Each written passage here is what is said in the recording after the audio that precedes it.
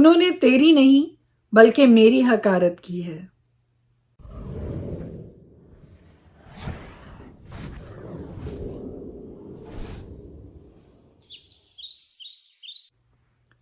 خدائی قدوس کے زندہ جلالی بابرکت پر فضل نام میں ایک بار پھر آپ کو سلام۔ میرا نام ایسٹر ہارون ہے اور میں ہر روز خدا کا زندہ کلام لے کر آپ کے سامنے آتی ہوں، اور ہم مل کر خدا کے پاک کلام کی تلاوت بھی کرتے ہیں، اور خدا کے کلام میں سے ہی اپنے لیے ہر روز تھاٹ آف دا ڈے دیکھتے ہیں، سیکھتے ہیں،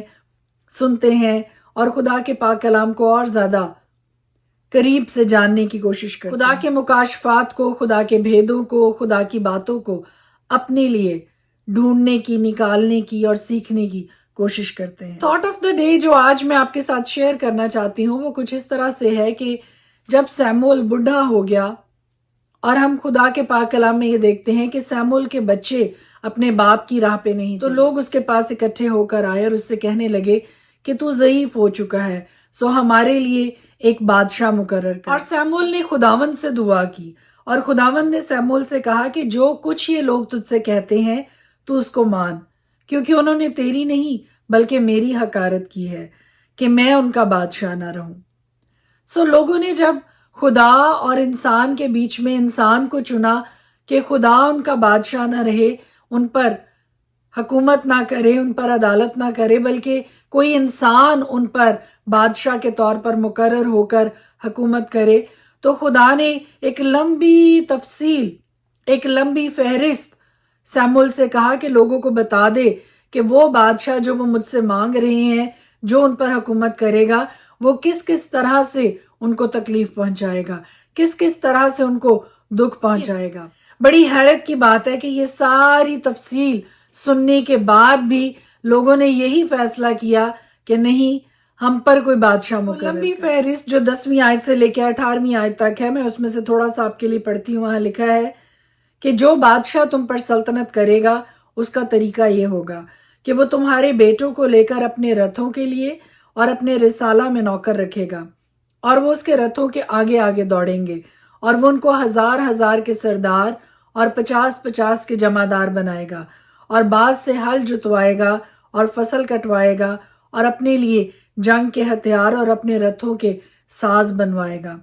اور تمہاری بیٹیوں کو لے کر گندھن اور باورچن اور نان پس بنائے گا، اور تمہارے کھیتوں اور تاکستانوں اور زیتون کے باغوں کو جو اچھے سے اچھے ہوں گے لے کر اپنے خدمت گاروں کو عطا کرے گا، اور تمہارے کھیتوں اور تاکستانوں کا 10واں حصہ لے کر اپنے فوجوں اور خادموں کو دے گا، اور تمہارے نوکر چاکروں اور لونڈیوں اور تمہارے شکیل جوانوں اور تمہارے گدھوں کو لے کر اپنے کام پر لگائے گا، اور وہ تمہاری بھیڑ بکریوں کا بھی 10واں حصہ لے گا، سو تم اس کے غلام بن جاؤ گے، اور تم اس دن اس بادشاہ کے سبب سے جسے تم نے اپنے لیے چنا ہوا ہوگا فریاد کرو گے، پر اس دن خداوند تم کو جواب نہ دے گا۔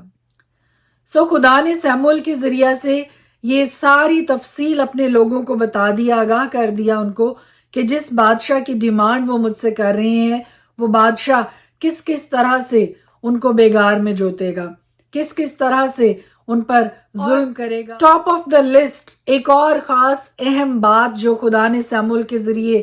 اپنے لوگوں کو بتائی وہ کیا تھی کہ جس دن اس بادشاہ کے سبب سے جو انہوں نے خود اپنے لیے چنا ہوا ہوگا وہ فریاد کریں گے تو میں ان کو جواب نہیں دوں گا۔ اور آج سیکھ میرے لیے اور آپ کے لیے یہ ہے کہ بعض اوقات خدا کچھ کام ہم سے روکے رکھتا ہے، وہ نہیں چاہتا کہ ہم اس راہ پہ چلیں، اس کام کو کریں، لیکن ہم مجبور کر کے خدا سے بعض اوقات وہ برکت اپنے لیے لے لیتے ہیں، ہم چھین کر، ہم زبردستی کسی بھی طرح سے اس برکت کو اپنے لیے حاصل کرنا چاہتے ہیں، لیکن وہی برکت ہمارے لیے عذاب میں تبدیل ہو جاتی ہے۔ بہت اہم بات میں آپ کے ساتھ شیئر کرنا چاہتی ہوں کہ بعض اوقات کچھ گھرانوں میں بیٹیاں ہی پیدا ہوتی چلی جاتی ہیں، اور وہ عاجز کر دیتے ہیں خدا کو دعاؤں کے ذریعے، فریادوں کے ذریعے، لوگوں کے ذریعے، بعض اوقات جادو ٹونے کے ذریعے بھی، پیروں فقیروں کے پاس جا کے بھی، کہ کسی بھی طرح سے ہمیں بیٹا مل جائے۔ بعض اوقات وہ اتنی زیادہ بیٹیاں پیدا کیے چلے جاتے ہیں کہ کوئی 10ویں دفعہ میں جا کے ایک بیٹا پیدا ہوتا ہے، اور بالکل اسی طرح سے اگر صرف بیٹے ہی بیٹے کسی گھر میں پیدا ہو رہے ہیں تو وہ بیٹی کی خواہش میں بہت زیادہ ایکسٹریم لیول تک چلے جاتے ہیں. لیکن دونوں ہی صورتوں میں بالکل یہی کیس جو یہاں پر ہے کہ ہم خدا سے ضرور ڈیزائر کریں، فریاد کریں، لیکن اگر آپ دیکھتے ہیں کہ خدا کی حضوری میں سے آپ کو جواب نہیں مل رہا تو پھر حد سے زیادہ بڑھنے کی کوشش نہ کیجیے. جو کچھ خدا نے دیا ہے، جو کچھ خدا نے آپ کو عطا کیا ہے، اس کے لیے خدا کا شکر کیجیے. کیونکہ دنیا میں، زندگی میں بے شمار ایسے واقعات دیکھے ہیں کہ جہاں پر خاندانوں نے رو رو کر، فریادیں کر کے، منتوں سے، دعاؤں سے اور نہ جانے کہاں کہاں کے در پہ بھٹک کے انہوں نے بیٹے کو حاصل کیا اور اسی بیٹے نے ان کو ناکو چنے چبوائے اور ان کا نام مٹی میں رول کے رکھ دیا. مرضی پر سم آمین کہیے. جو کچھ خدا کی مرضی آپ کے لیے، آپ کی اولاد کے لیے، آپ کے گھر کے لیے ہے، اسی میں خوش رہیے، اسی میں مگن رہیے اور ہر بات میں خدا کی شکر گزاری. جب ہم خدا کے پلانز کو، خدا کے حکموں کو، خدا کے فیصلوں کو ہم رد کرتے ہیں تو اس کا مطلب یہ ہے کہ ہم خدا کی حقارت کرتے ہیں، خدا کے فیصلوں کی حقارت کرتے ہیں، خدا کے حکموں کی حقارت کرتے ہیں. کیونکہ خدا نے کلیئرلی سیموئیل سے یہ کہا کہ انہوں نے تیری نہیں بلکہ انہوں نے میری حقارت کی. آپ کے گھر میں چاہے ایک بیٹا ہے، چاہے 10 بیٹے ہیں، چاہے 5 بیٹیاں ہیں، چاہے 2 بیٹیاں ہیں، جو کچھ خدا نے آپ کو دیا ہے، خدا کے فیصلے، خدا کی حکمت پر آمین کہیے، خدا کی شکر گزاری کیجیے اور خدا کے فیصلے میں خوش رہنے کی کوشش کیجیے. کیونکہ جب ہم خدا کو رد کرتے ہیں، خدا کی باتوں کو رد کرتے ہیں، خدا کے ان فیصلوں کو جو اس نے ہمارے لیے کیے ہیں ہم ان کو رد کرتے ہیں تو اس کا مطلب ہے کہ ہم خدا کی حقارت کرتے ہیں. پرانے عہد نامہ میں یہاں پر ہم یہ دیکھتے ہیں کہ جب خدا اور انسان کے بیچ میں چناؤ کا وقت آیا تو انسان نے انسان کو چنا اپنے لیے. اور نئے عہد نامہ میں بھی ہم یہ دیکھتے ہیں کہ ایک دفعہ پھر ایک طرف یسوع مسیح ہے اور دوسری طرف برابا ہے اور انسانوں نے پھر ایک انسان کو ہی اپنے لیے چنا، برابا کو اپنے لیے چنا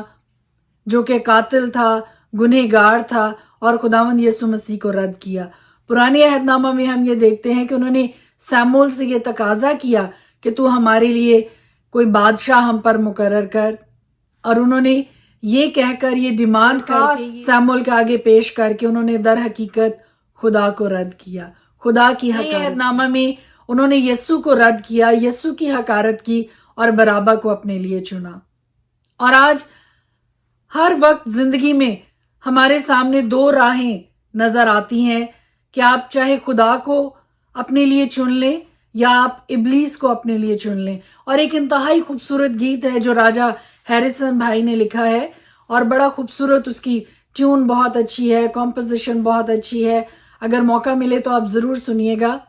فیصلہ کر لو کہ تم کس کی پرستش کرو گے، یہوہ کی جو بچاتا ہے یا شیطان کی جو مٹاتا ہے. اور ہم یہ دیکھتے ہیں کہ ہر پل، ہر لمحہ، ہر جگہ، ہر موڑ پہ ہمارے سامنے 2 راہیں آ کھڑی ہوتی ہیں اور چننا ہم نے ہے کہ ہم نے خدا کی راہ پہ چلنا ہے یا ہم نے ابلیس کے راستے پہ چلنا ہے. ہمیں ہماری آزاد مرضی پہ پیدا کر کے خدا نے ہمیں یہ آزاد مرضی ہمیں عطا کی ہے کہ ہم یہ فیصلہ کریں کہ ہم عزت کا، تعظیم کا تاج کس کے سر پہ رکھنا چاہتے ہیں. آئیے سیکھ آج میرے لیے اور آپ کے لیے یہ ہے کہ خدا کی حقارت نہ کیجیے. جب بھی زندگی میں فیصلے کی گھڑی آئے تو عزت، جلال، تعظیم خدا کو ہی ملنا چاہیے. آمین. خدا کے پاک کلام میں سے آج ہم دیکھیں گے پہلا تسلنیکیوں اس کا 5 باب. مگر اے بھائیو، اس کی کچھ حاجت نہیں کہ وقتوں اور موقعوں کی بابت تم کو کچھ لکھا جائے، اس واسطے کہ تم آپ خوب جانتے ہو کہ خداوند کا دن اس طرح آنے والا ہے جس طرح رات کو چور آتا ہے. جس وقت لوگ کہتے ہوں گے کہ سلامتی اور امن ہے، اس وقت ان پر اس طرح ناگہاں ہلاکت آئے گی جس طرح حاملہ کو درد لگتے ہیں، اور وہ ہرگز نہ بچیں گے. لیکن تم اے بھائیو تاریکی میں نہیں ہو کہ وہ دن چور کی طرح تم پر آ پڑے، کیونکہ تم سب نور کے فرزند اور دن کے فرزند ہو. ہم نہ رات کے ہیں نہ تاریکی کے، بس اوروں کی طرح سو نہ رہیں بلکہ جاگتے اور ہوشیار ہیں۔ کیونکہ جو سوتے ہیں رات ہی کو سوتے ہیں، اور جو متوالے ہوتے ہیں رات ہی کو متوالے ہوتے ہیں۔ مگر ہم جو دن کے ہیں ایمان اور محبت کا وقتر لگا کر اور نجات کی امید کا خود پہن کر ہوشیار۔ خدا نے ہمیں غضب کے لیے نہیں بلکہ اس لیے مقرر کیا کہ ہم اپنے خداوند یسوع مسیح کے وسیلہ سے نجات حاصل کریں۔ وہ ہماری خاطر اس لیے ہوا کہ ہم جاگتے ہوں یا سوتے ہوں سب مل کر اسی کے ساتھ جئیں۔ بس تم ایک دوسرے کو تسلی دو اور ایک دوسرے کی ترقی کا باعث بنو، چنانچہ تم ایسا کرتے بھی ہو۔ اور اے بھائیو، ہم تم سے درخواست کرتے ہیں کہ جو تم میں محنت کرتے اور خداوند میں تمہارے پیشوا ہیں اور تم کو نصیحت کرتے ہیں انہیں مانو، اور ان کے کام کے سبب سے محبت کے ساتھ ان کی بڑی عزت کرو، آپس میں میل ملاپ رکھو۔ اور اے بھائیو، ہم تمہیں نصیحت کرتے ہیں کہ بے قاعدہ چلنے والوں کو سمجھاؤ، کم ہمتوں کو دلاسا دو، کمزوروں کو سنبھالو، سب کے ساتھ تحمل سے پیش آؤ۔ خبردار، کوئی کسی سے بدی کے عوض بدی نہ کرے بلکہ ہر وقت نیکی کرنے کے در پہ رہو،